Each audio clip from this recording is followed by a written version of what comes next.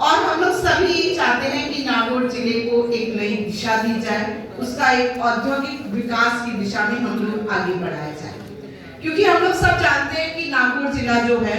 वो सांस्कृतिक धरोहर की दृष्टि से देख लो, सामाजिक दृष्टि से देख लो या प्राकृतिक संसाधनों की दृष्टि से देख लो, यहाँ पर प्रचुर मात्रा के अंदर उपलब्ध है। और जब मैं आदरणीय मोहन जी भाई साहब से भी बताना चाहूंगी और सभी लोगों से कि पिछले बार जब मैं 2013 से 18 के बीच में जब मैं जायल से यहाँ से विधायक चुनकर भेजी गई थी,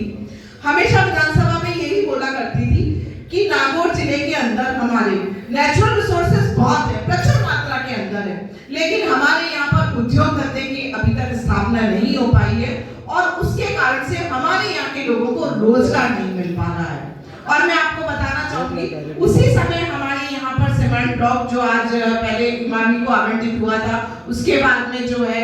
यहाँ पर जेएसडब्ल्यू वालों ने लिया है, हमारी अंबुजा प्लांट भी जो है उसी समय काफी समय से पहले ही वहाँ पे भूमि आवंटित का कार्य हो चुका था, लेकिन उद्योग लगने का जो कार्य है वो उसी सरकार के अंदर हुआ था ताकि यहाँ के लोगों को रोजगार उपलब्ध हो सके। आज हम लोग जो यहाँ पर उपस्थित हुए हैं वो इसी वजह से उपस्थित हुए हैं कि हम लोग अपने विचार यहाँ पर साझा कर सके कि हम लोग सब मिलकर नागौर जिले के अंदर किस तरह से एक औद्योगिक वातावरण का यहाँ पर विकास हो सके, एक औद्योगिक वातावरण की स्थापना हो सके और हम नागौर जिलों को एक अच्छी ऊंचाइयों तक पहुंचा सके।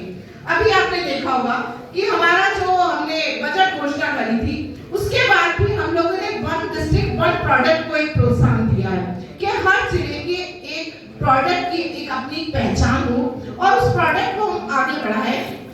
ताकि उस जिले की उस तरीके से पहचान बन सके। और जब डिस्ट्रिक्ट की उस जिले से पहचान, उस प्रोडक्ट की डिस्ट्रिक्ट से पहचान बन सकेगी और हर डिस्ट्रिक्ट का विकास होगा तो निश्चित रूप से जो है राजस्थान भी जो है विकसित राजस्थान की श्रेणी में आ पाएगा डिस्ट्रिक्ट का विकास होने के बाद ही। आपने देखा होगा हमारे आदरणीय प्रधानमंत्री मोदी जी का भी एक सपना है कि हमारा भारत जो है वो आत्मनिर्भर भारत बने, और आत्मनिर्भर भारत तभी बन पाएगा जब हम अपने यहाँ के जो सोर्सेस हैं, हमारे यहाँ के जो प्राकृतिक संसाधन हैं, उनको हम आगे बढ़ाएंगे, हम उनको यूज में लेंगे, तभी जाकर हम जो है निवेशकों को प्रोत्साहित दे पाएंगे और उसके बाद में हम लोग जो है वहां पर आगे विकसित राजस्थान और विकसित भारत की श्रेणी में आगे बढ़ सकते हैं। उसी दृष्टि से हमारे आदरणीय मुख्यमंत्री महोदय आदरणीय भजन लाल जी शर्मा का भी यही प्रयास है कि राजस्थान के अंदर हम एक इस तरह का औद्योगिक वातावरण बना सके, एक औद्योगिक नीतियां बना सके और एक औद्योगिक वातावरण बनाकर निवेशकों को राजस्थान के अंदर उस तरह के उनके अनुसार भी हम उनको सुविधाएं उपलब्ध करवा सके ताकि वो अपना निवेश जो है वो राजस्थान में लगा सके, ताकि हमारा राजस्थान भी जो है एक विकसित राजस्थान की श्रेणी में आ सके, हमारे यहाँ पर जो रोजगार जो है वो बढ़ सके। और जब यहाँ पर निवेश आएगा तो निश्चित रूप से आपने देखा होगा, यदि हम पड़ोसी स्टेट की तुलना करते हैं, चाहे हम गुजरात की करो, चाहे हम एमपी की करो, चाहे हम अदर स्टेट की तुलना करते हैं, तो हमें लगता है कि वहाँ की सरकारों ने टाइम से जो है इन्वेस्टरों को प्रोत्साहित भी किया और वहाँ पे सुविधाएं भी उपलब्ध करवाई और उसी का परिणाम ये निकला कि यदि औद्योगिक दृष्टि से राजस्थान की बात करें तो वो जो दूसरे पास के जो स्टेट है वो काफी आगे निकल चुके हैं। और मैं आप लोगों को राजस्थान सरकार की ओर से विश्वास दिलाती हूँ कि अब राजस्थान के अंदर भी अभी तो हमारा पहला साल ही है।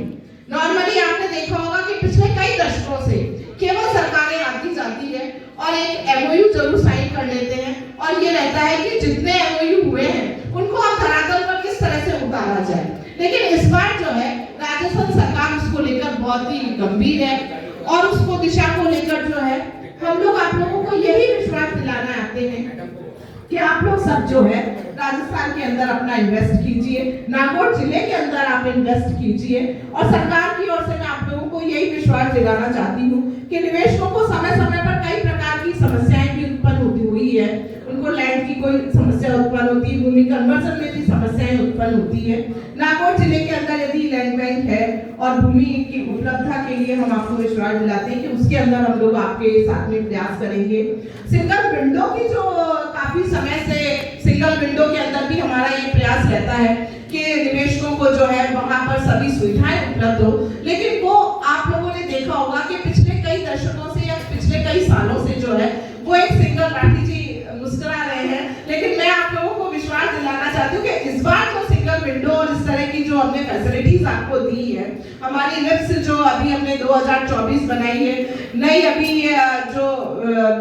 हमारी जो हमने बजट जो घोषणा करी थी उसमें भी हमने अपनी पॉलिसीज बनाई है, कई तरह की आप लोगों को छूट प्रदान की है। आपको अभी इसके अंदर अभी मैं देख रही थी कि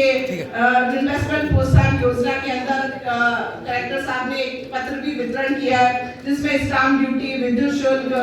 और विशेष निवेश अनुदान, रोजगार सृजन अनुदान में कई प्रकार की छूट के लिए प्रावधान किए गए हैं। इलेक्ट्रिसिटी के अंदर भी हम सोलर को प्राथमिकता दे रहे हैं और उसमें भी हमारा यही प्रयास रहेगा कि किस तरह से जो निवेशक हमारे यहाँ आए हैं वो उनको जो है स्पेशली राजस्थान के अंदर, और मैं तो कहूँगी कि स्पेशली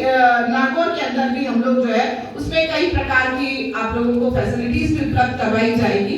अभी मेरी आदरणीय बोझा जी से बात हो रही थी तो काफी उन्होंने मुझे प्रॉब्लम्स भी बताई कि हम अपने यहाँ के जो हमारे प्रोडक्ट है उनको हम निर्यात भी किस प्रकार कर सके। तो मैं आप लोगों को यही बताना चाहूंगी और राजस्थान सरकार की तरफ से भी आप लोगों को ये विश्वास दिलाना चाहूंगी कि आपकी जो समस्याएं हैं वो आप हम तक पहुंचाइए या आप मुझे लिखकर भी दीजिए, तो निश्चित रूप से जो है उन समस्याओं को समय समय पर, पिछले बार धारणा जी ने भी काफी बताई थी, चीजें की समस्याओं को लेकर भी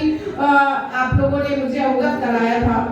मंडी की समस्याओं को लेकर भी अवगत कराया था। कुछ हमारे जो उद्योग धंधे हैं उनको एक्सपांड करने के अंदर भी हम लोग किस तरह से जो है आगे बढ़ सके, ताकि औद्योगिक दृष्टि से जो हमारा नागौर जिला है और नागौर जिले के अंदर जो हमारे छोटे लघु उद्योग है, जो हमारे नागौर जिले की पहचान है और हमारे नागौर जिले के प्रोडक्ट है उनको भी हम पहचान बना सके। और इसके अलावा जो नए इन्वेस्टर्स हमारे यहाँ पर आ रहे हैं उनको किसी भी प्रकार की कोई समस्या ना हो, इसके लिए हमारी सरकार पहले ही साल इस तरह से हमने इन्वेस्टमेंट मीट का आयोजन कर दिया है ताकि आने वाले समय के अंदर हम उस एमओयू को धरातल पर उतार सके और हमारे जो इन्वेस्टर्स जो हमारे बाहर से भी आ रहे हैं उन लोगों को भी जो है हम किसी भी प्रकार की कोई समस्या ना होने दें, किसी प्रकार की कोई